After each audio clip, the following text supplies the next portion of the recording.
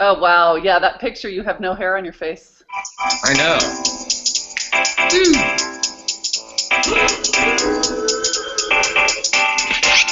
Good morning and welcome to the Free Daily Coaching Hangout. Your daily hangout for mindset, tech tips, and everything attraction marketing. We're here every morning at 10:30 a.m. Eastern. Sit back or jump in. Either way, remember to have some fun. Here at freedailycoaching.com. All right. Good morning, everyone, and welcome to our Wednesday edition of the Free Daily Coaching. We're going to go mobile just for like 10 seconds here because the puppies are outside and they're going crazy. We have an interview this morning. It's the Blair Witch Project. Right? You're like, hey, everyone's getting dizzy while they're going crazy.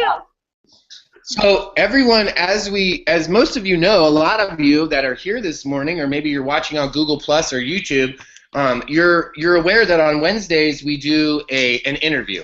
And each week we try to bring someone to Free Daily Coaching that is an expert in marketing, that has had some major results in our industry, whether it's direct sales, whether it's home-based business, multi-level marketing. Maybe it's someone that's an auxiliary service to our industry. Someone like maybe some of you guys may know Sandy Bakken, right? He's a CPA. He would be like an auxiliary. Maybe he's not directly in our industry, but he helps people in our industry.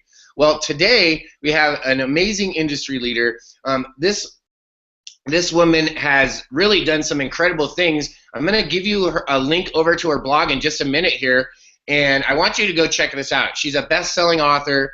She recently just published another book on Amazon that if you go to her website, you can pick it up. It's the Customer Manifesto. Literally, if you go look right now, she's gotten 5-star reviews over on Amazon. I got to meet Pamela when she was a speaker at an industry-wide event. And for a lot of you, maybe you saw the picture on Facebook. When I had that picture taken, I hadn't even met Pamela at that time. Really, I mean, I had said like, "Hi, can I get a picture?" Maybe we knew one or two mutual people, and who would have thought that just a short time later that I would find out that actually she lives right up the road from me. She works with a lot of the guys and gals that all of us here know. I know you guys are familiar with Jeremy Howie and Tom Murky, right? You guys know those guys. I see her with Tom and Jeremy all over. They're always like flying over, having breakfast here, playing golf over there, right? Well, it was funny because even this morning I saw a picture on Facebook, and it was Pamela and Jeremy and another gentleman, Bob Smith, and there was one other person there yesterday that I didn't know. Chuck Sharpstein. There. I didn't. He's an LFT guy. Yeah, I didn't know him. So and guys, the funny part is this. One of the people in the picture is a gentleman that lives here in my hometown that I know from like mutual friends. We have friends that have friends, and he actually does some work with my wife's work. So it was it's pretty funny to see how small of a world it really is. Even these people that you see online and I'm looking up, right? Because you see them online and that's how it seems. You look up and you're like, wow, look, they're famous and they're best-selling authors and they're speaking at all these events. And when you boil it all down, Pamela's just a great lady. She's a lady that has a heart, a passion for what she does, and then she carries that out into the marketplace. And so this idea that we have in our own mind about how people are unapproachable and they're famous and they're above or ahead of us is just totally made up in our head. Mm-hmm. And it's so silly when you see, I had said to Pamela before we brought you guys on live, I had mentioned something like how funny it was that I didn't even know her when we took that picture, and she made a comment of how silly it is that how many friends, like mutual friends that we have. Like we could probably go to someone's place, go to someone's house, go to someone's hometown, and they'll be like, "Oh yeah, Pamela's on her way," and you're like, "Oh, I know her." So it's a fun deal. It's been a couple weeks now that we've been going back and forth to get Pamela here because she's been traveling and jet setting around for the holidays and speaking. So good morning, Pamela. Welcome to the Hangout. Well, good morning. It's great to be here. And no, I mean, Bert, you stand out in a crowd, right? Everybody knows that. So you're just so likable, and I mean, it's so simple to network when you're just likable and you're approachable and you just keep it normal, keep it real, authentic. That's you. That's totally you. I try. I don't know how to do anything. I guess I just didn't know how to do anything else. And it was really, Pam, it was people like you that were around and in the very beginning, right? Like you were one of the people that that was my very first event. No Excuses 2 years ago. It was my first live event. I was like, wow, what is going on? And you were speaking on the stage, so I figured, hey, if you're on the stage speaking, you probably know something good. You've probably done something to get a result, right? Otherwise, they wouldn't have invited you to be on the stage. So, no, to be honest, I bribed them. It's all about the money, Bert. There's your new marketing trick from Pamela Herrmann, guys. You can post network with a lot of money. If you want to speak on stage, you don't need results if you have a lot of money. You can literally bribe the event holders. So let's talk about a few things because maybe, and I'm guessing that some people here in the audience are like, wow, this is someone totally new. Maybe they've come across your blog, maybe they've seen some of your Facebook and your social media, but they really haven't connected with you. So originally, before you went out onto your own, right? Before you became Pamela Herrmann, I'm me, I'm going to do my own company. What was your background? What were you doing before that? How far back do you want to go? Let's just go maybe right before you transitioned over to working for yourself, or Sure. kind of a general synopsis of.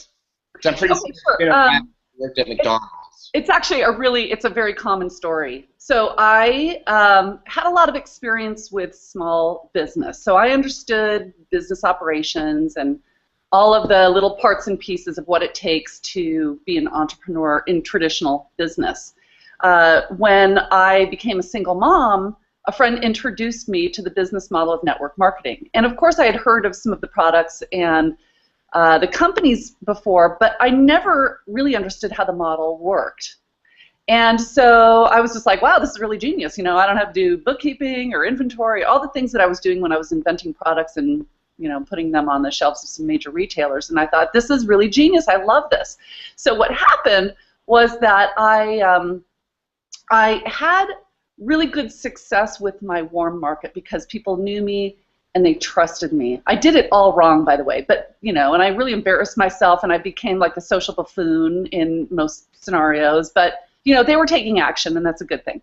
But then as soon as I started working in the outer circles of my warm market and into cold market, that's really where the wheels fell off my business. And the reason why is that I didn't really understand the psychology behind how to design a conversation, how to really stay really authentic with who I am. I was focusing on the things that I found important in the conversation instead of asking questions first. So I was really I was flying blind. And what ended up happening was my confidence just really plummeted. I wasn't getting the results anymore. So I thought to myself, okay, I'm just like a huge overthinker. So I'm just like, okay, where is this breaking down? Because, I know how to get stuff done in my world, right? But all of a sudden I wasn't getting the results. And that freaked me out. And when fear sets in, you become paralyzed. So the journey that everybody feels in the early stages, I thought, there's a disconnect here. There's a disconnect between what I'm being asked to do and what feels really congruent with who I am as a person.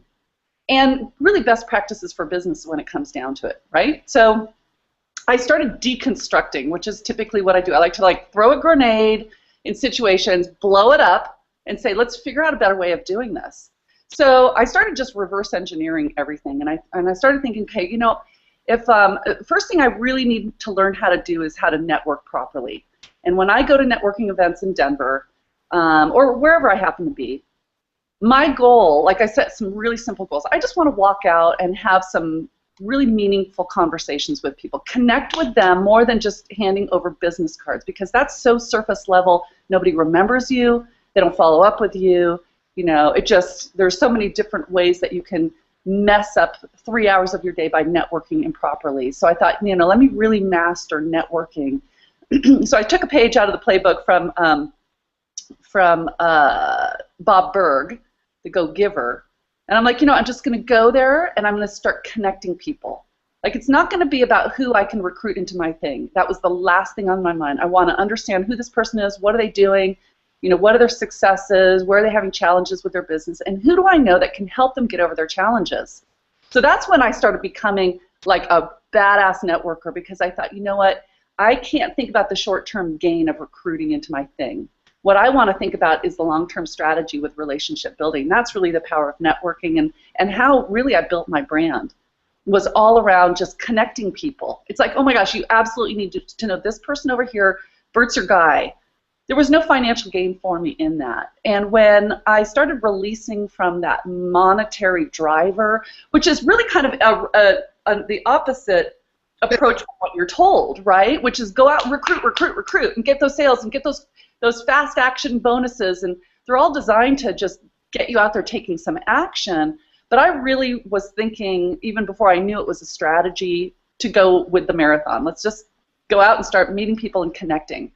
So through that process and having success with connecting people and building trust with people through that process, that's really where I started doing some coaching and training, because I was talking to more networkers. I found that they needed help in this area. They didn't really know how to talk to people in a way that was normal, like socially acceptable. Kind of pissing off their family and friends, and nobody wants to do that, right? I mean, relationships to me are like the most important thing in the whole world.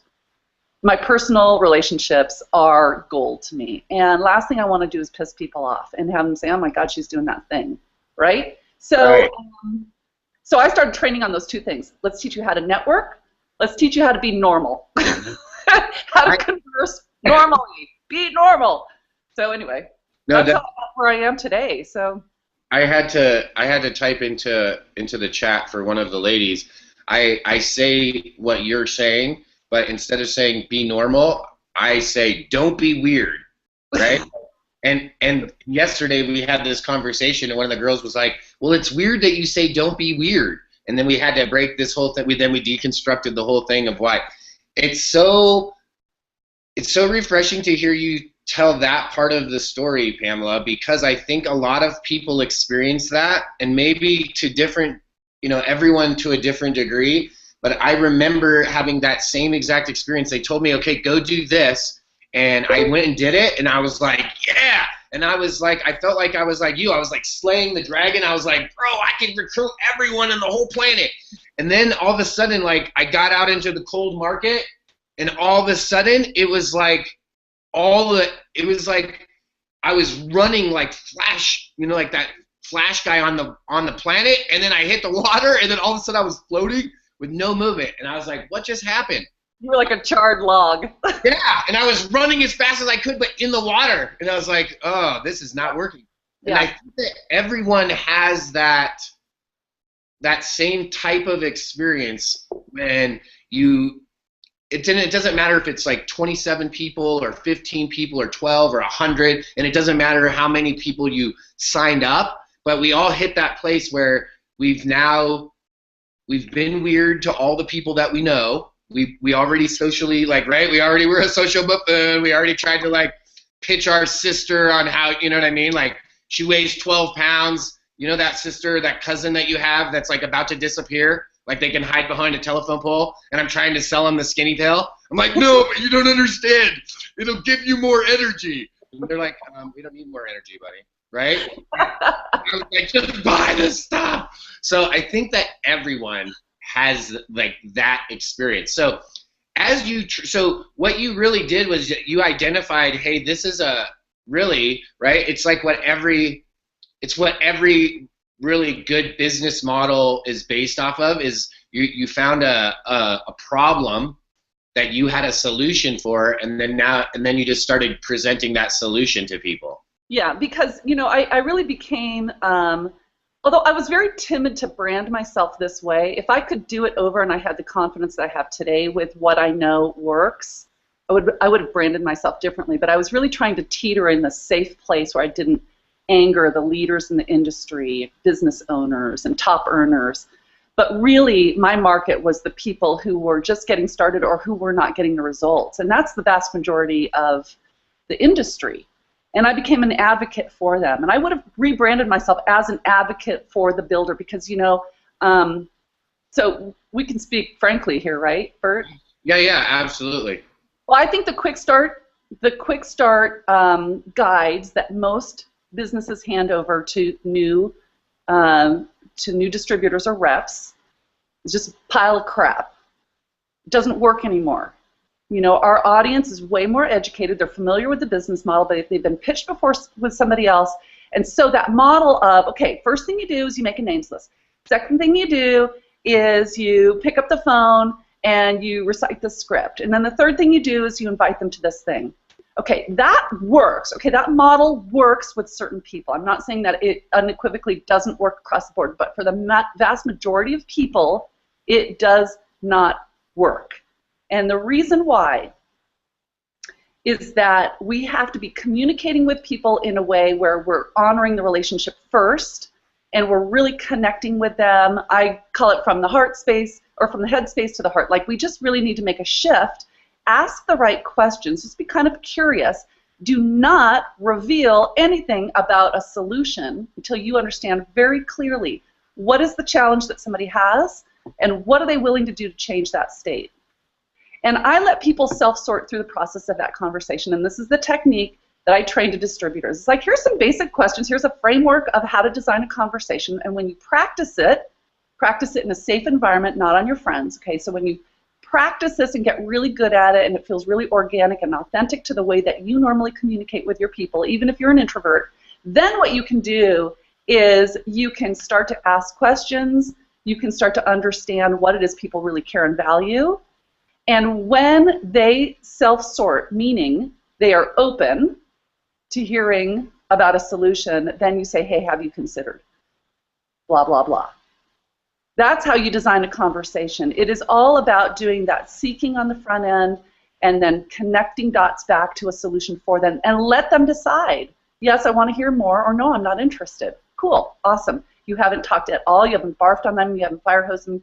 They don't know anything about your solution. It might not even be, and this is the real trick that I used to play in my mind.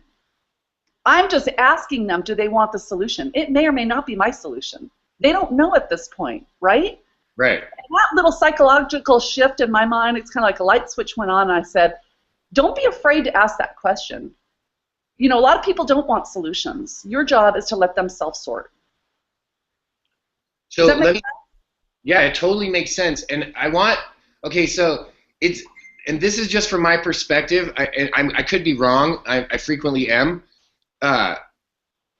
This is what I'm hearing, and this is what I've experienced, and so I want to ask a question because I think that everyone that's watching has this question. I think it's the question that we're all kind of afraid to ask, or we don't know how to ask it. So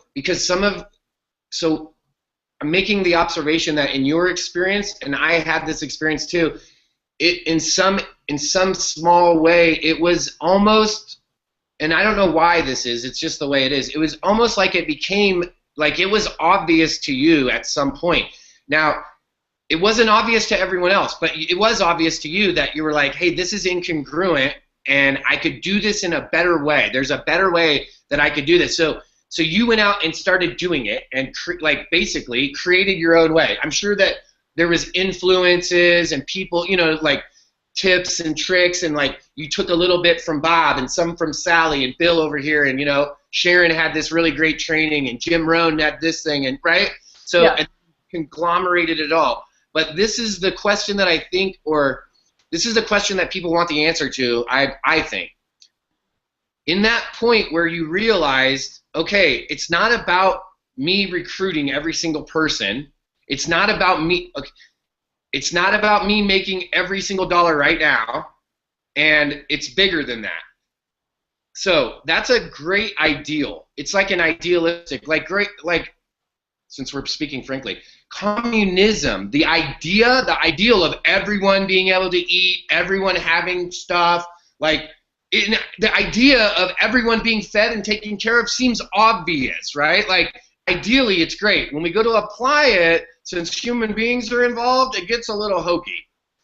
So the idea of helping people and doing it like altruistically, not for a financial gain, gain is a great idea in the beginning, right? Like, oh, that's a good idea. It's hard for people to apply because they want to make money, right? I gotta make money. So the question is, what actions were you taking when you realized that was what was required?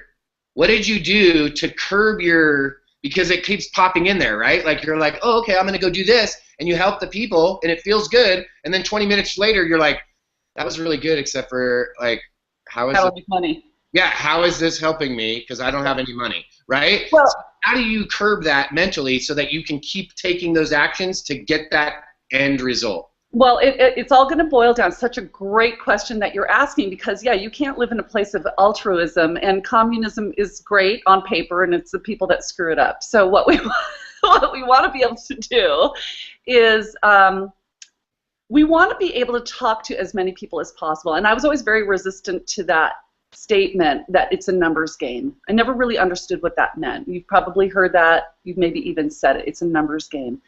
What I found is that the people who were always really, really making the big money, especially right out of the gate, I would always ask them, well, okay, where's your background? They're like, I've never done this before. I'm like, no. What did you do before you were introduced to this? Invariably, they did one of two things. They either worked in a call center, right? They were very adept at making phone calls, a lot of phone calls, connecting with a lot of people on Facebook, using the social networks, going to events.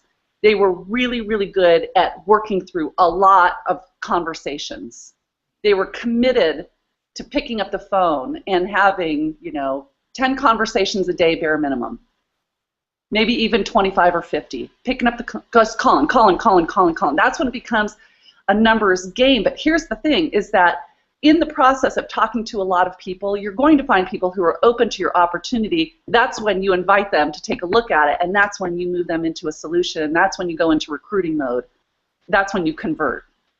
So is everybody eligible for conversion? No. Most people self-sort out. They're not open. They're not interested. Cool. Awesome. They've just moved themselves into a different place in my, in my vertical, in my buckets. I've got all these buckets, right? Right. Everybody is a suspect, and then they self-sort. Some of them self-sort into being prospects. And those people who cross over and are open to hearing about the solution, then I move them into a conversion. I convert those people. And I'm really good at converting those people because at that point they trust me. I've honored the relationship. I haven't messed with their emotions. I'm not making false promises. So you can make money through that. The key is all the way back at the beginning. You've got to be talking to a lot of people, and you can't have fear around that. And that's where, when somebody says to me, look, the phone weighs 200 pounds, it's like, if you're designing the conversation appropriately in your mind, and you're asking questions so that you feel safe socially, then it's not heavy. It actually becomes really light, and you become really excited about talking to people because you haven't jeopardized anything. Nothing's at stake when you're having those high-level conversations with people. And really, Bert, it boils down to, you're probably thinking, well, what does that conversation look like? And it's a framework that I implemented with great success, and I've coached people to use it, and they've had it with great success, and it takes all of that fear away, those initial stage fears that we all have experienced. What your job is as you're recruiting people is to not let them get to that place of fear. Just teach them how to ask these few simple questions. And so it goes a little bit like this. I basically put my curiosity hat on. I'm just super interested in people. That's a basic skill that I have. It's not even a skill. It's just it's a desire that I have. When I meet somebody new, it's like, so what's your story? What do you do? I'm always curious what makes people tick. Some people are zombies, and that's cool. We need zombies. Right. Some people they have these amazing thoughts, and nobody's asking them about their thoughts. Nobody's really kind of scratching the surface socially. And so that's how I stand out socially, is by being totally present in the conversation. Just say, so what's your story? Like Bob, I'd never met. When we met for breakfast yesterday, Bob Smith from Colorado Springs, I had no idea that this guy was like a serious baller I knew nothing about him except that Jeremy had met him at an event in Vegas at a high-level mastermind. He's like, I need to connect you to. We all went for breakfast, and I sat down. I did no research because it's really, you know, I don't really want to come to a new meeting by doing a lot of research and having it be really analytical. I want to keep it really organic. So we sat down. I'm like, Bob, like, how did you guys meet, and what event was it? And so, what brought you there? And what event was it? What's that? What event was it? It was two guys in Vegas that do traffic, and I don't even know these two guys. They're like serious players. So, I had to turn it off. Oh, there you go. So I really designed the question with the conversation with the front end question of, so let's take a very high level. What's their story now? What do they do? How are we connected? How did we both wind up in this space? That's my basic understanding of where they are today. And then the next part of the conversation moves into, so what are you looking for? What, you know, they've told me a little bit about their work. It's like, cool. Well, you know, what are your goals with it? Where are you trying to take this thing? I'm trying to piece together, where do I fit in, if at all? Does that make sense? Yeah, it totally makes sense. And this is I think this is the one of the jumps. Like, it's just the same jump as trying to get over this I need money mindset. I think the next jump is, and this is really one of the biggest, I believe, and maybe I'm wrong, I believe one of the biggest fears that people have is, oh no, what if I bring Pamela over today and talk about Pamela, because then all the people on the thing are going to go follow Pam. Now what? Now I just, like, I took me, right? This is the fear that everyone has. Well, you know how hard it was just for me to talk to those 5 people? Now, what if I tell them about Bert, or if I tell them about John, or Pam, or Bob Smith, or Jeremy? Now they're going to go follow them, and they're not going to follow me. Well, guess what? This is what I believe. I believe that we have that fear, and the reality is this. All the people that love you and that want to go follow you, they already were going to anyway. Like, it's already part of the, for lack of a better term, right? It's already part of the grand design. If they're attracted to you, they're attracted to you. They're going to be like, wow, let's go see what Pamela's doing, right? Yeah. No matter what, I could put like a curtain up in front of you so that they can't see you, but how is that, like, in the big picture, how's that beneficial? I think what people don't see is that by opening up and saying, hey, maybe I'm not the solution, maybe I don't have the answer, but guess what? I know this person over here. By doing that, what happens is, my wife always calls that, she's like, oh, that's a future sale, right? Like, that's investment in your piggy bank. It's like you just put a penny in the piggy bank and you gave the dollars over there to someone else and you sent them to where they needed to be, because those people that you do sometimes, like, recommend someone else because maybe you don't have the solution, later it comes back. Because you're the trusted resource, right? When they need something else, they come back and they're like, hey, Pam, remember when I needed that thing and you showed me this guy? Well, what I'm really, really looking for right now is this, and this, whatever that is at the time, might be something that you have. Yeah, and it's, okay, you raise a couple of really, really good points. So the thing is that you're right, there's the attraction marketing element to it. And you may introduce me to somebody and I think, well, I resonate better with that person over there. Like, I feel like they really understand me. We connect differently. I want to hitch my wagon to that person over there. And you might have some hard feelings about that because it's like, dude, like, I introduced you to it. But here's the deal. I don't personally believe that we can get leadership from every person out there recruiting. I think that as somebody who has been pitched many, many times, I only hitch my wagon to people who I know are going to bring me the results that I want. Does that make sense? So I don't believe in this hierarchy. Well, I introduced you, therefore you are mine, and I've staked my claim on you. It's just not my mindset. It's not an abundant mindset. And I do believe in, this is where, you know, we all have to do a lot of personal development. This is why personal development is such a big part of what we do, because you have to get over yourself as it relates to staking claims on people and becoming territorial with people.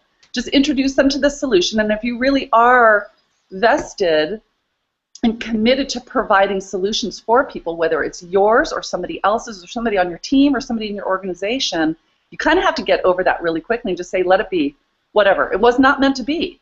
And just keep going, keep talking to more people, keep elevating yourself. Become that kind of person, that kind of leader that other people are hitching your wagon to. Really model what they're doing. And it's very easy to let those little gremlins in your head take over and say, I'm not good enough, and all that mind crap that we go through. But you really have to just keep your eye on, who do I want to model? Like Ray Higdon is a great example for me. Ray is a content machine. And I've hung out, personally and professionally with him and Jessica. I've slept on a sofa in one of their hotel suites. We've hung out a lot. I know these guys really, really well. And Ray's up at 3 in the morning recording stuff. He's got his Blue Yeti. I'm like, do you ever sleep? What is the story? He's like the Martha Stewart of the industry. The guy creates content.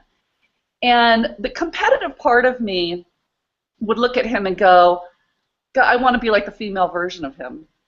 But the reality is I'm not. I never will be. Ray is uniquely him. He's got a very unique perspective. He creates content. He's got an awesome support team around him.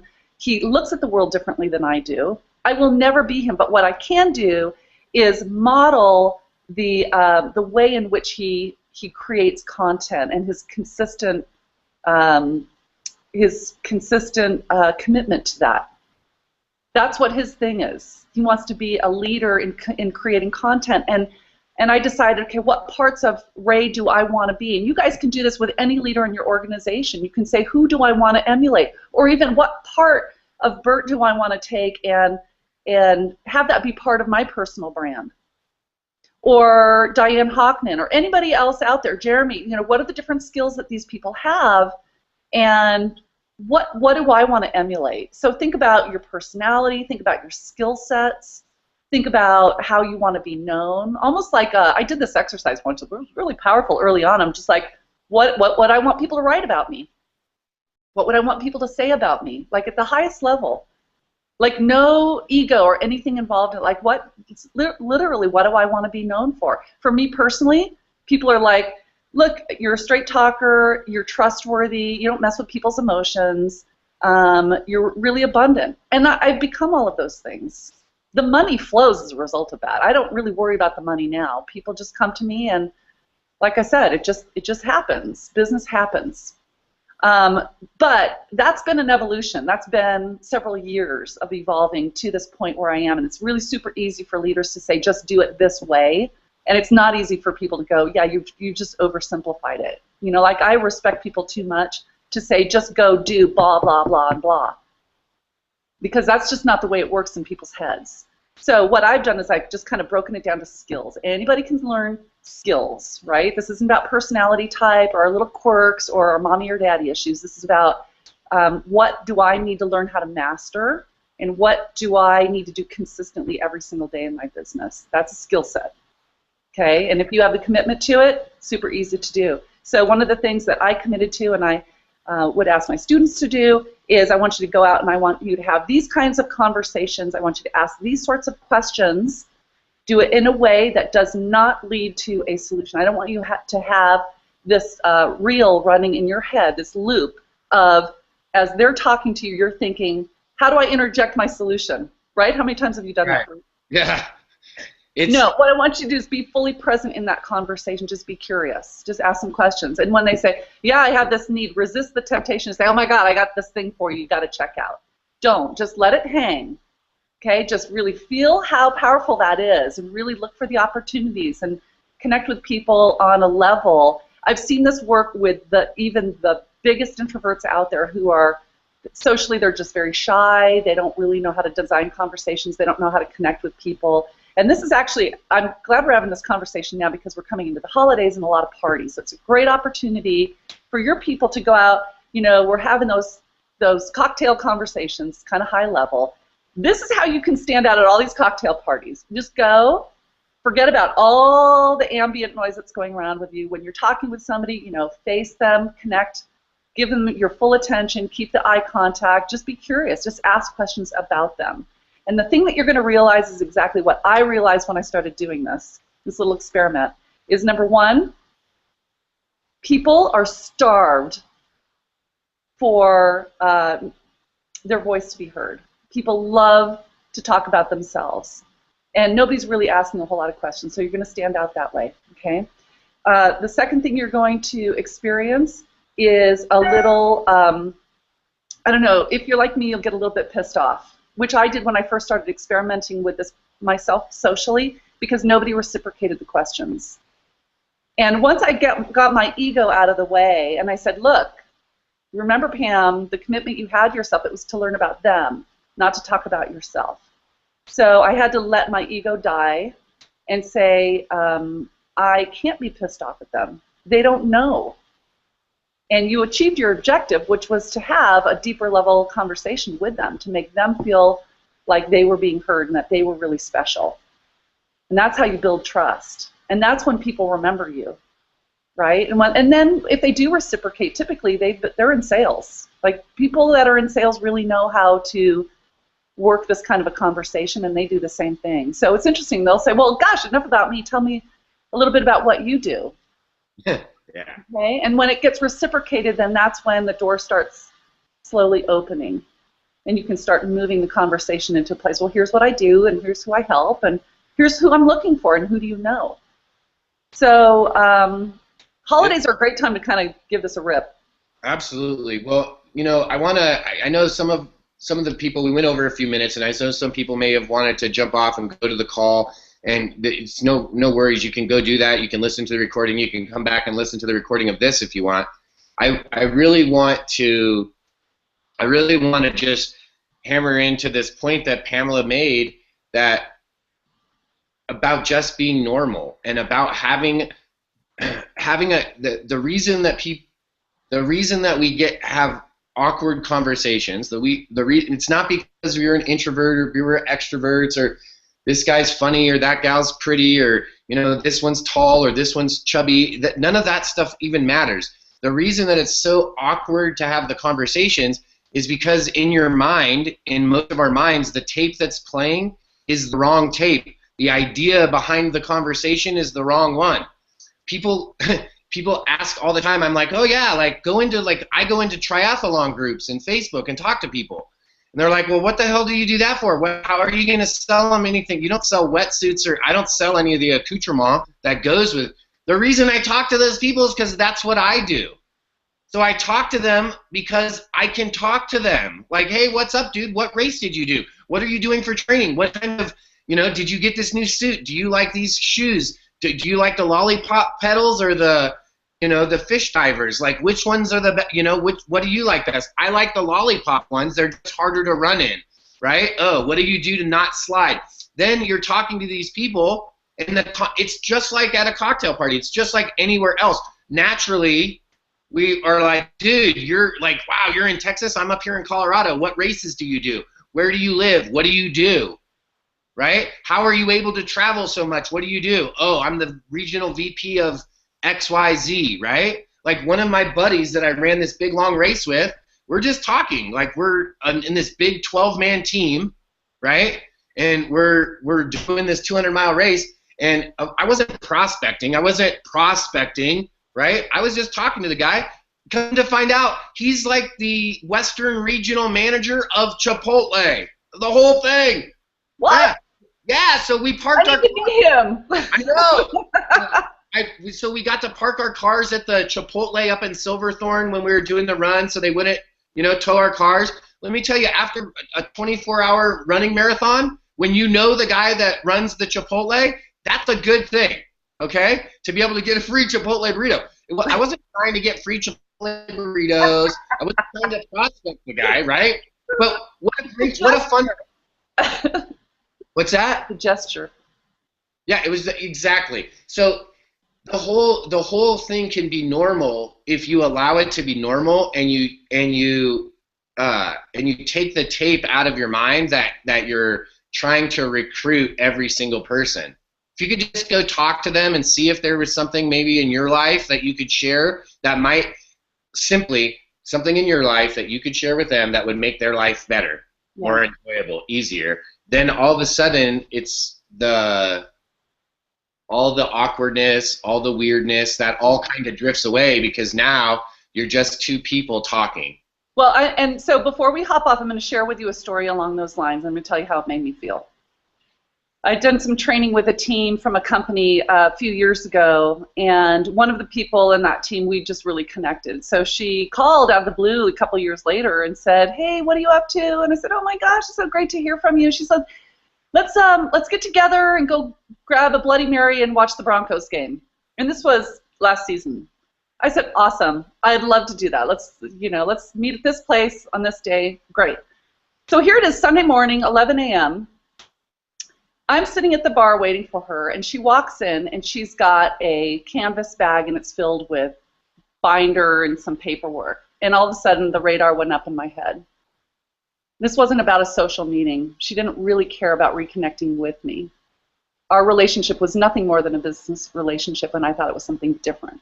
Okay, and I'm in this industry, and I teach people this stuff all the time. And I sat there, and I tried to keep it really real. And I said to her, "So what are you up to these days?" And that question unrolled into her pitching me.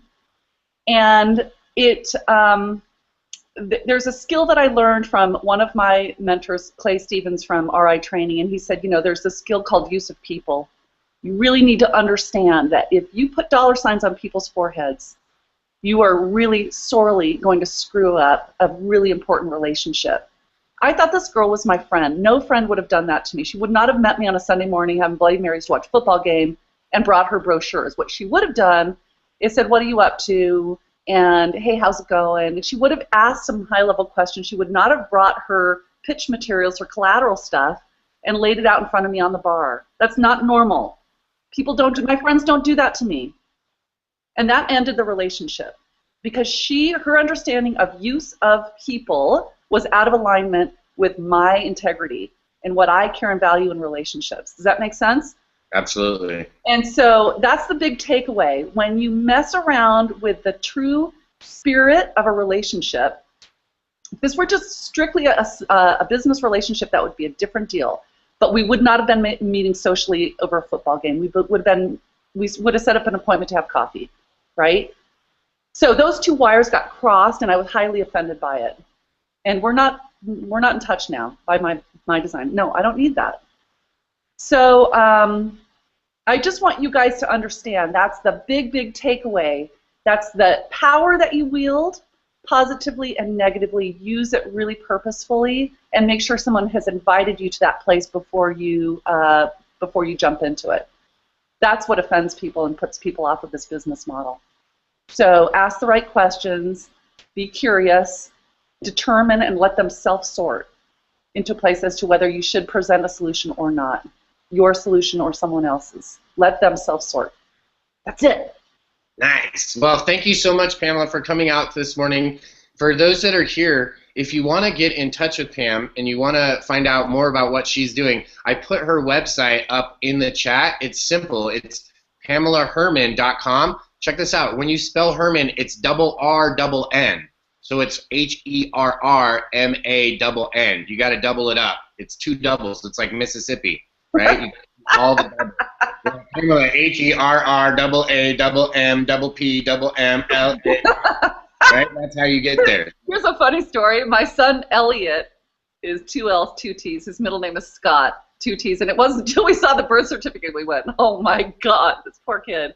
He's got like how do you spell your name? Double consonants." Right? He's like M-O, crooked letter, double humpback, L, snake, L, T. Right? He's not sure if there's T's or H's. He's like, I don't know.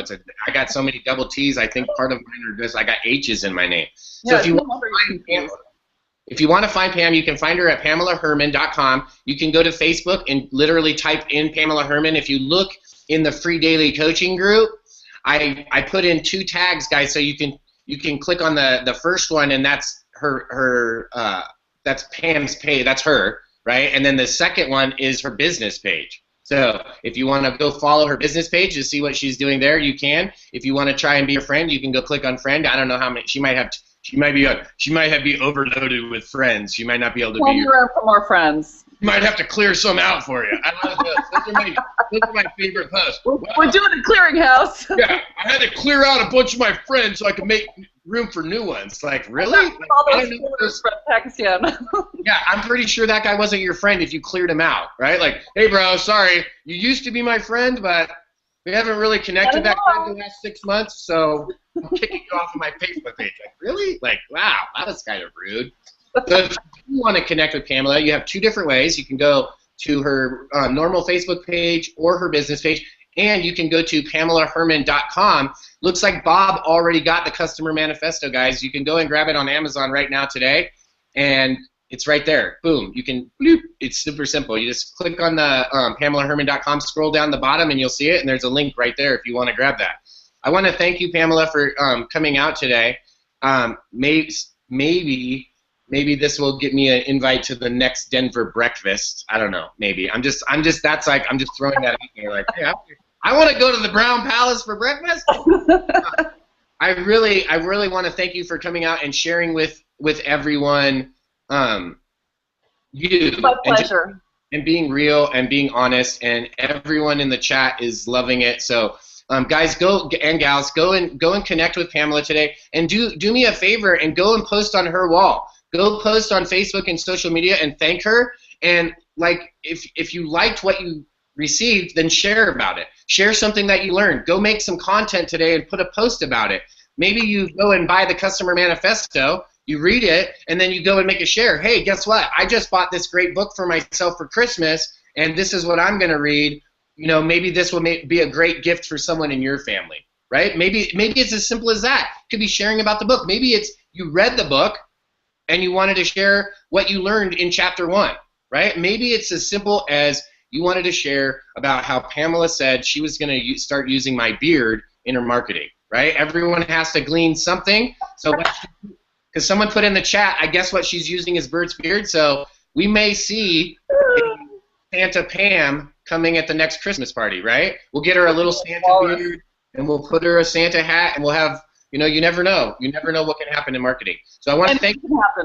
Anything can happen. So thank you for joining us this morning. Thanks for spending a few of your moments this morning, or maybe on a recording. Maybe you're watching this in the afternoon or the evening on Google Plus or YouTube. Thank you for spending some of your time today with us. If you have any questions or concerns, like always, you can email, text message, or call and get a hold of me. And if you have any questions and you can't fit, if there's some catastrophic interweb problem and you can't connect to Pam, let me know and I'll plug you right in and we'll get you connected. Thank you guys. Have a great day. Thank you.